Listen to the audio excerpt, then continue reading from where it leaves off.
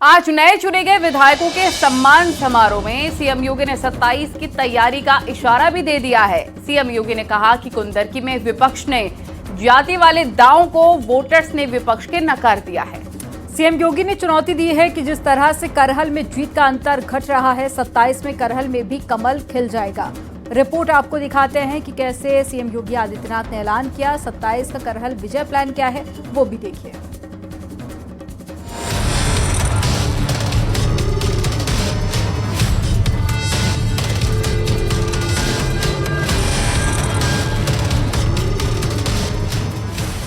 जिस उपचुनाव को यूपी के लिए 27 का लिटमस टेस्ट माना जा रहा था, उस टेस्ट को अव्वल नंबर से बीजेपी ने पास कर लिया। सीएम योगी का बटेंगे तो कटेंगे संदेश काम किया, विकास पर वोट मिला और 9 में से 7 सीटों पर कमल खिला।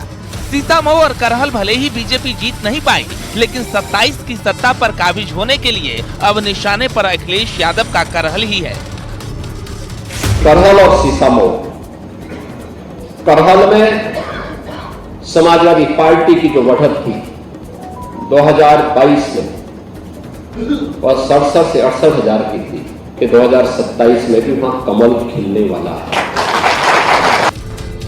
बीजेपी हमेशा चुनावी मोड में रहती है, इस बात में कोई दो राय नहीं, क्योंकि उपचुनाव जीत के बाद अभी से 27 की तैयारी में बीजेपी जुट गई है।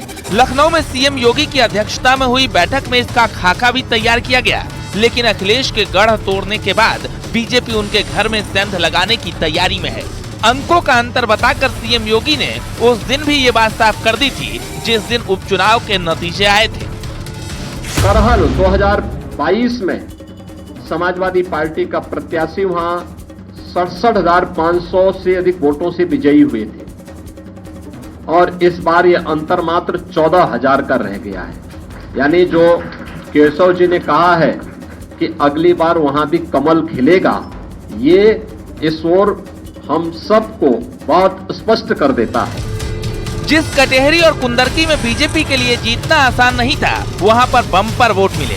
कुंदरकी ने उपचुनाव में रिकॉर्ड बनाया। मुस्लिम यादव दलित बहुल सीट पर कमल खिला तो बीजेपी को पूरा भरोसा है कि करहल में भी कमल जरूर खिलेगा, अभी नहीं तो 27 में सही। कटेहरी में कमल खिला दिया, करहल में भी कमल खिलाएंगे।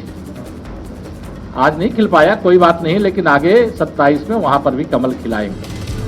सीएम योगी की रणनीति ने यूपी उपचुनाव में बीजेपी को भारी जीत दिलाई। यही वजह है कि बीजेपी अभी से 2027 की जीत की योजना पर काम कर रही है।